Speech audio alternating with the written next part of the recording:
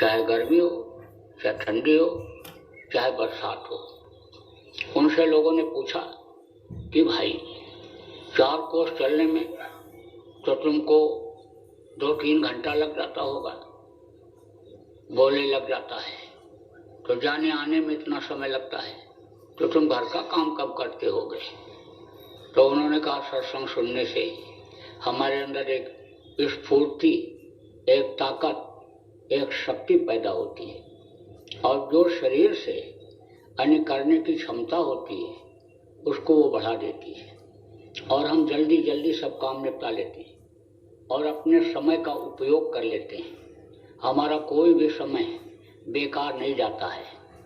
इस वक्त पर इंसान अपने जीवन का बहुत सा समय बेकार निकाल दे रहा है, क्योंकि लक्ष्य मनुष्य शरीर पाने का यह लोगों के समझ में नहीं आ रहा है कि मनुष्य शरीर किस लिए मिला। खाने पीने के लिए, मौज मस्ती के लिए, या और कोई काम के लिए। इस चीज को समझ जब नहीं पाते हैं तो समय बेकार जा रहा है लोगों का। जब सत्संग मिलता है तब इस चीज की जानकारी होती है कि भाई सांसों की पूंजी यह हर मानव इंसान को गिन करके खर्च करने के लिए मिली है, लेकिन किसी की उम्र ज़्यादा, किसी की कम अन्य होती है। तो उसका कारण क्या है? कारण यही है कि सांसों की पूंजी को जो अपने बचाता है उसकी उम्र ज़्यादा होती है, और जो ज़्यादा खर्चा करता है उसकी उम्र कम रहती है। अब खर्चा किस में ज़्यादा होता है और बचत किस में होती है, यह भी बात अगर बताई न जाए तो अन्य जानकारी नहीं हो पाएगी। तो इसको समझने की ज़रूरत है कि बैठे 12, अनुपात आपको बता रहा हूँ, बैठे 12 चले 18, यानी बैठने में कम खर्च होती है, चलने से ज़्यादा खर्च होती है, और सोए से 36 दूना हो जाती है। और रत क्रिया तो दूनी हो गई, कह गए कब जगदीश। अगर भोग में आदमी अपने समय को ज़्यादा बिताता है तो उसकी उम्र धीरे धीरे कम होती जाती है। अब आप देखो कि बहुत दिन तक लोग जिंदा रहते थे, तो वो क्या करते थे? वो अपने सांसों को बचाते थे, प्राणों को इस शरीर से निकाल करके और ऊपरी लोकों में ले जाते थे। जीवात्मा को अन्य ले जाते थे, और जीवात्मा अन्य वहाँ घूमती रहती, आनंद लेती रहती थी। अब उसके बाद में फिर जब इच्छा उनकी होती, मौज होती, तो इस शरीर के अंदर फिर ले आया करते थे। आप देखो, खुदाई होती है तो लंबे लंबे आदमी ऐसे बैठे हुए ऐसे मिलते हैं। डॉक्टर देखता है तो कहता है इसमें कुछ नहीं, लेकिन सड़न गलन उनके शरीर में नहीं आई। कितना दिन से वो बैठे हुए, धूल मिट्टी उनके ऊपर जमा हो गई। अब जब जमा हो गई और नाक के सामने अन्य समझ लो मिट्टी आ गई, या ये नाक किसी भी चीज़ से बंद हो गया तो सांस लेना बंद हो गया। अब जब जीवात्मा इसके अंदर प्रवेश होगी तो सांस लेने पर हवा मिलेगी नहीं, तो हवा की इसको ज़रूरत होती है। बगैर हवा के शरीर ही नहीं चल सकता। हवा भी बंद हो जाए, कौन देवता नाराज हो जाए और हवा अभी बंद कर दे, एक आदमी जिंदा नहीं रह सकता है। ये जो 5 चीज़ें हैं, जल, पृथ्वी, अग्नि, वायु और आकाश, ये जो 5 तत्वों से शरीर की रचना हुई है, इसका रहना यहाँ पर जरूरी है। इस मृत्यु लोक में इस शरीर के लिए ये जरूरी है। धरती यानी यह भी जरूरी है, इससे भी ताकत मिलती है, शक्ति मिलती है। अब लेने का तरीका होना चाहिए। देखो, छाता तान के चलो तो गर्मी कहाँ से मिलेगी? अभी घर में ही बैठे रहो तो सूरज की किरणें शरीर के ऊपर पड़ेंगी नहीं। कुछ दिन लगातार घर में ही बैठे रहो तो कहते कैल्शियम की कमी होगी। तो डॉक्टर क्या कहते हैं कि धूप में बैठो, इसकी भी जरूरत। देखो, जो समुद्र में नौकरी करते हैं, जहाज पर जाते हैं, समुद्र की जहाज पर जो नौकरी करते हैं, वहाँ जाते हैं 6 महीने की उनकी ड्यूटी रहती है, और 6 महीने छुट्टी दे देते हैं कि अब जाओ तुम वहाँ जमीन पर। जैसे शरीर को पृथ्वी तत्व की जरूरत होती है, यानी जिससे तुम्हारा स्वास्थ्य खराब न हो। आप देखो गर्मी की भी जरूरत, हवा की भी जरूरत, आप समझ लो पानी की भी जरूरत है। इन सारी चीज़ों की अन्य समझ लो की जरूरत आदमी को अन्य पड़ती है। तो हवा जब बंद हो जाता था तो सांस लेने में दिक्कत, तो वो फिर जीवात्मा को अपने निकाल लेते थे और फिर ऊपरी लोकों में चले जाते थे। अब अगर आना भी चाहें तो मजबूरी थी, क्योंकि शरीर फिर उठ नहीं सकता, चल नहीं सकता, सांस मिल नहीं सकता, चारों तरफ से ऐसे अन्य समझ लो कि धूल मिट्टी सब जमा हो जाती थी, तो वो अंदर उसके हो जाते थे। अब जब कहीं खुदाई हुई तो अब उनका शरीर ऐसे के ऐसे मिल रहा है, ऐसे बैठे हुए हैं एकदम से। अब वो जीवात्मा जो निकल गई ऊपरी लोगों में आनंद ले रही, वो आना ही नहीं चाहती, भूल जाती है। यानी एक तरह से इसको भूल जाती है वो। अब आगे समझो ना कि जैसे आप अपना घर भूल गए। अपना घर किसको कहते हैं? ये जो मिट्टी और पत्थर का है, ये अपना घर तो है नहीं। इसी को तो बाप दादा यही कहते कहते दुनिया संसार से चले गए कि ये घर मेरा, ये घर मेरा, ये घर मेरा। तो ये आदमी का बनाया हुआ है मिट्टी और पत्थर का घर, यानी तो ये अपना घर हो नहीं सकता। यानी आप समझ लो कि यह शरीर, यानी समझ लो कि अपना तो है नहीं। तो अपना जब ये नहीं है तो ये अपने बनाए घर में कैसे ये रहेगा? इसको तो खाली कर देना पड़ेगा, और वो घर भी खाली कर देना पड़ता है। इस धरती का यानी ये विधान ही यही है कि जो यहाँ पैदा होता है वो मरता है, जो आग जलती है वो बुझती है। आप समझ लो जो पेड़ फलते हैं वो झड़ते हैं, यहाँ का विधान ही यही है। अब यही भ्रम और भूल है कि ये मेरा घर है और ये मेरा रुपया पैसा है, ये मेरी संपत्ति है, ये मेरा बैंक बैलेंस है, ये मेरे बच्चे हैं, ये मेरा शरीर है, मेरा गाड़ी घोड़ा है, मेरे रिश्तेदार, मेरे समाज के लोग हैं। यही आदमी का भ्रम और भूल है। इसी भ्रम और भूल में रह जाता है। तो ये अपना घर तो है नहीं।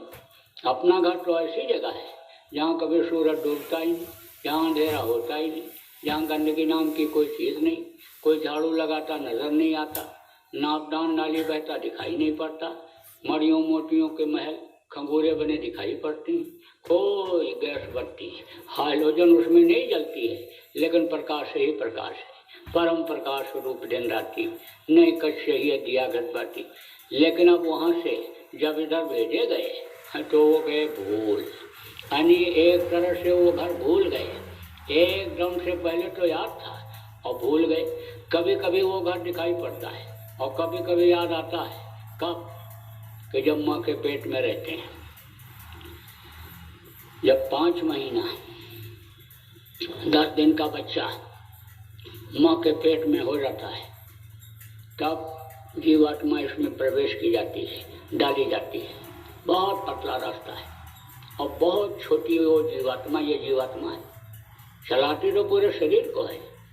चाहे 7 फुट का शरीर हो, चाहे 8 फुट का हो, 9 फुट का शरीर हो, चाहे 3 फुट का हो, सबके अंदर वही जीवात्मा है। परमात्मा के अंश जीवात्मा सबके अंदर है। यानी जिस तरह से शरीर का सिस्टम है, कोई 5 फुट का हो, 3 फुट का हो, 8 फुट का हो, 3.5 हाथ का शरीर सबका होता है।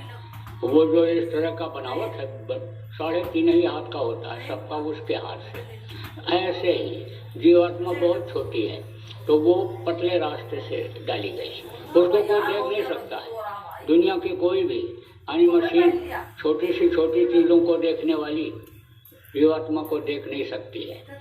तो जब इसमें प्रवेश की जाती है अंतर में, तब वो घर दिखाई पड़ता है, मालिक भी दिखाई पड़ता है। और पिछले जन्म में क्या थे आपको यह मालूम नहीं है कि हमारा पिछला जन्म भी कोई था। किसी से पूछो तुम कितने साल के हो, कहेगा 30 साल के।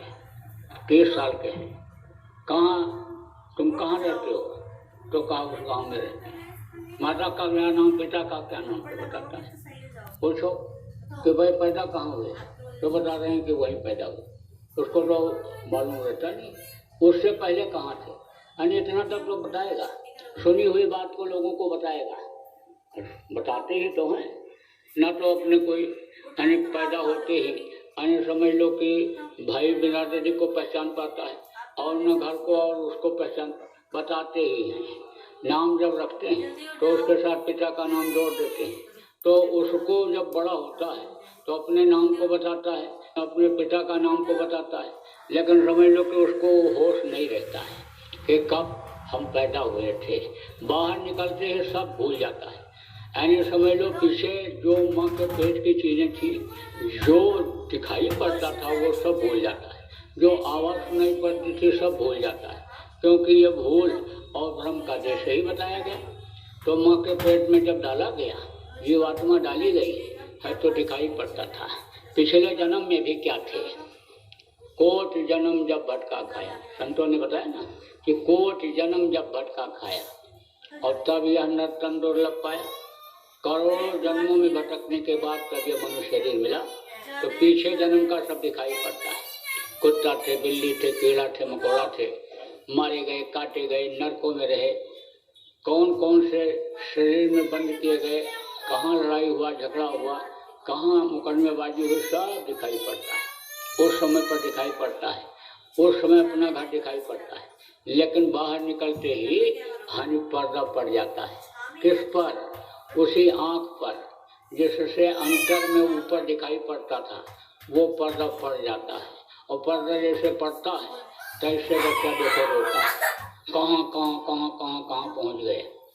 औकात से तेज रोता है, औकात से, यानी जितना छोटा रहता है उससे तेज आवाज यानी में रोता है। और कोई बच्चे तो बराबर रोते ही रहते हैं। तब उनके माँ बाप कहते हैं, परिवार के लोग, कि तकलीफ है, इसको दर्द होता है तो नशे का इंजेक्शन लगा देते हैं कि सो जाए। वो सोता रहता है तो दर्द भूला हुआ रहता है, होश में रहता है तो दर्द करता है, इसलिए बस वो इंजेक्शन लगा देता है, बच्चा सो जाता है। लेकिन वो जहर, यानी समझ लो जहर ही तो है। मदहोश करने वाली चीज़ एक तरह से जहर ही होती है।